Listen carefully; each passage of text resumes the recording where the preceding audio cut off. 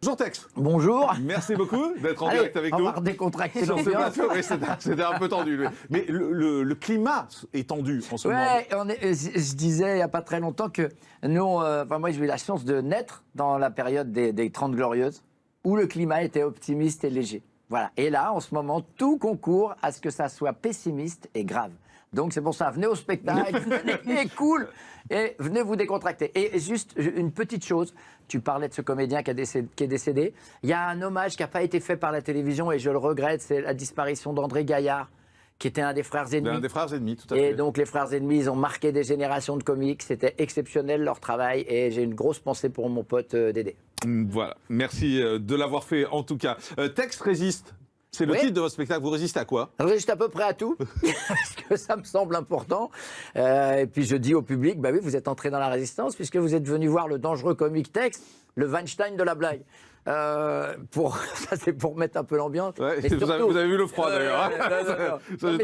Aujourd'hui, quand vous parlez chaque mot, on se dit qu'est-ce qu'il va nous dire en fait. Est-ce qu'il va pas nous dire une connerie plus souvent parce qu'on est en direct en plus. Non, et je pense qu'il faut surtout résister à l'amorosité. C'est ce qu'on disait, à cette ambiance délétère où tout le monde se tire dedans. Où il faut s'aimer quoi en fait. Je crois que c'est ici pour la première fois que j'ai dit que quand les hommes vivront d'amour, voilà, faut un petit peu. Mais dans votre spectacle, vous vous demandez aussi quand même ce qu'est devenu aujourd'hui la libre expression en France. C'est le thème de votre spectacle en disant on en est vraiment arrivé là à virer un comique parce qu'il a fait une blague à la télé. Ouais, c'est vrai. Alors que vous êtes excusé derrière, je le rappelais tout à l'heure. Voilà, moi j'ai fait tout ce qu'il fallait, etc. Et puis. Ça veut dire que vous l'avez toujours pas digéré? C'est super difficile à digérer, mais je ne suis pas le plus à plaindre parce que y a vraiment des gens qui perdent leur boulot dans des circonstances difficiles, etc. Il y a une dame qui m'a dit un truc extraordinaire un jour en spectacle. Elle est venue me voir, elle me dit vous avez une chance, vous, c'est que vous pouvez monter sur scène et parler. Eh ben, parler au nom de tous ceux qui se font virer et qui en souffrent énormément, et c'est très difficile à vivre. Vous en avez souffert vraiment? Oui, mais je ne vais pas me plaindre, parce que moi, j'ai eu une belle vie, je me suis bien amusé pendant quelques années à la télévision. Si on m'appelle, j'y retourne, je suis Et vous avez envie d'y aller? Vous avez envie d'y aller ou vous vous dites que la télé, au fond, aujourd'hui, c'est trop compliqué parce qu'on est brimé? Même si c'est compliqué, il faut y aller. La preuve, je suis là aujourd'hui. Ouais. Bien sûr, il faut continuer à parler, il faut continuer à s'exprimer. On est quand même dans un pays libre, attention, il ne faut pas dramatiser la situation, mais il faut pouvoir en rigoler, il faut pouvoir se marrer de tout ça. Et puis, il faut considérer que demain est un autre jour et qu'il y aura des jours meilleurs. C'est dans cet optimisme permanent, moi, que je veux me situer. Votre spectacle, il est optimiste, votre spectacle? Ouais. Il constate qu'il y a du pessimisme, mais parmi les pessimistes, il y a des piscinistes.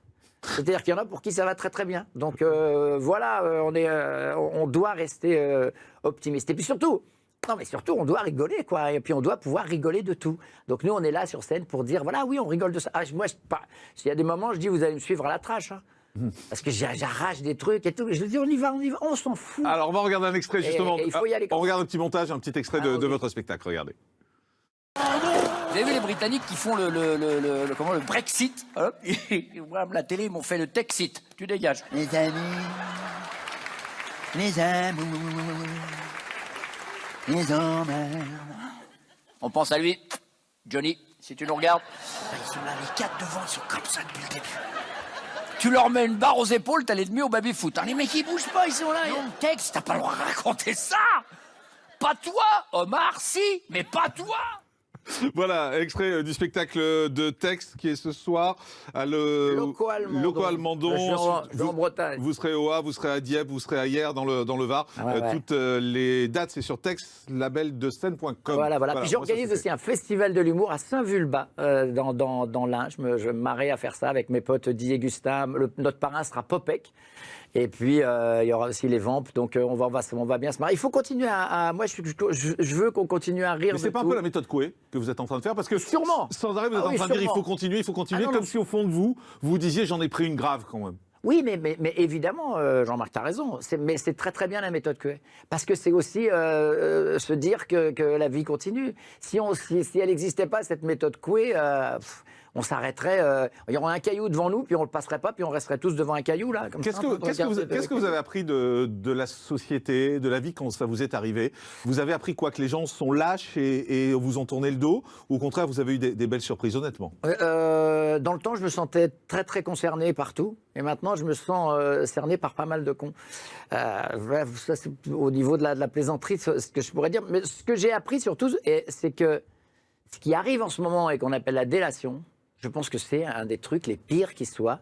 Et on est au cœur de ça, dans toutes les brèves. Je sais pas, pendant qu'on parle, il y a peut-être des trucs qui passent et tout.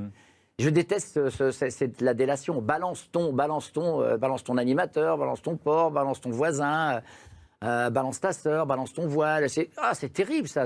Mais ça n'existait pas avant. J'ai assez souvent dit, quand quelqu'un balançait, nous, dans la cour d'école, on lui cassait la gueule, quoi. Et maintenant, c'est devenu, il faut le faire. L'État vous dit, il faut le faire, il faut dénoncer. Mais les femmes qui dénoncent dans Balance ton porc, elles ont tort? Je ne veux pas faire l'amalgame dans ce sens-là. Non, parce que vous l'avez cité, c'est pour ça. Mais parce que parce qu'il y en a qui vont utiliser ça, et tu vois, et puis bien sûr celles qui ont raison. Et il y en a qui abusent, c'est ce que vous voulez dire en fait. Voilà, il y en a qui vont aller à la police, ils vont, voilà. Je pense que ça s'est tout le temps fait, et je pense que le fait de l'amener au cœur de l'actualité va rien changer au fait. D'ailleurs, les chiffres nous donnent que ça change rien au fait, au contraire. On a rouvert la boîte de Pandore, je trouve, en parlant.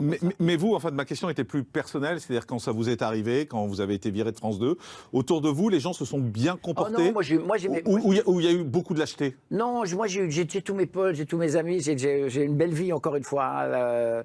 Donc tout s'est bien passé. Je me suis protégé, j'ai protégé ma santé parce que quand un truc comme ça vous arrive, il faut pouvoir éviter les autres coups, il faut éviter l'ulcère, il faut éviter tout.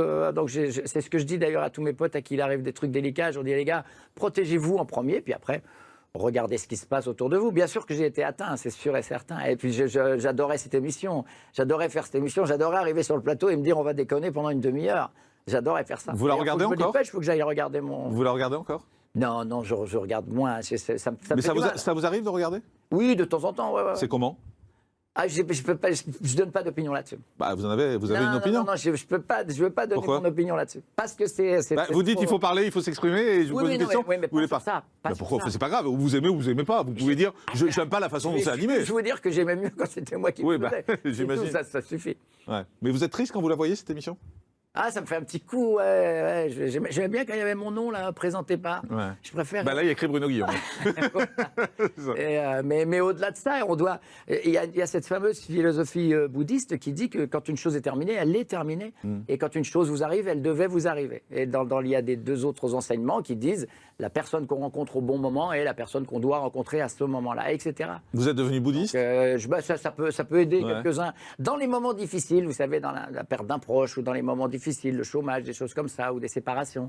C'est très bien de prendre un peu dans toutes les religions. C'est pour ça que j'entendais le débat tout à l'heure. Dans toutes les religions, il y a des bonnes choses. Et quand tout à l'heure vous disiez que vous étiez prêt à revenir à la télé, ça veut dire revenir à la télé en tant qu'animateur ou peut-être en tant que comédien ou humoriste. Mais animateur, par exemple, vous aimeriez revenir? Moi, j'attends les propositions. Ouais. Ça vous a pas dégoûté, en tout cas, de la télé? Ça a été délicat, on va dire. La première année, j'étais pas chaud patate pour y retourner.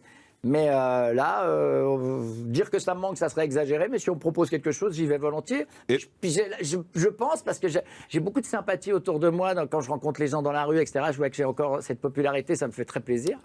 Et je me dis que peut-être je vais amener 100, 200 000 téléspectateurs avec moi, ce qui est plutôt pas mal. Ce qui est pas mal en ce moment, effectivement. En tout cas, vous êtes sur scène pour l'instant pour votre spectacle. On a donné les dates et on les retrouve sur textlabel-de-scène.com. Et je suis très heureux sur scène. Et il faut sortir, il faut aller au spectacle suivant. Hier, j'ai été voir le spectacle de Lelouch et Gad. C'est des bons divertissements. Il faut y aller, il faut sortir. Je sais que c'est difficile pour les gens de sortir, mais sortir de sa coquille, sortir pour aller au spectacle, voir de la musique classique, voir de la musique populaire. Et ça fait du bien, ça permet de vivre. Merci Tex, dans un instant sur CNews, c'est Sonia Mabrouk. L'actu en direct continue sur Non-Stop. Merci Alexandra et à lundi, bon week-end.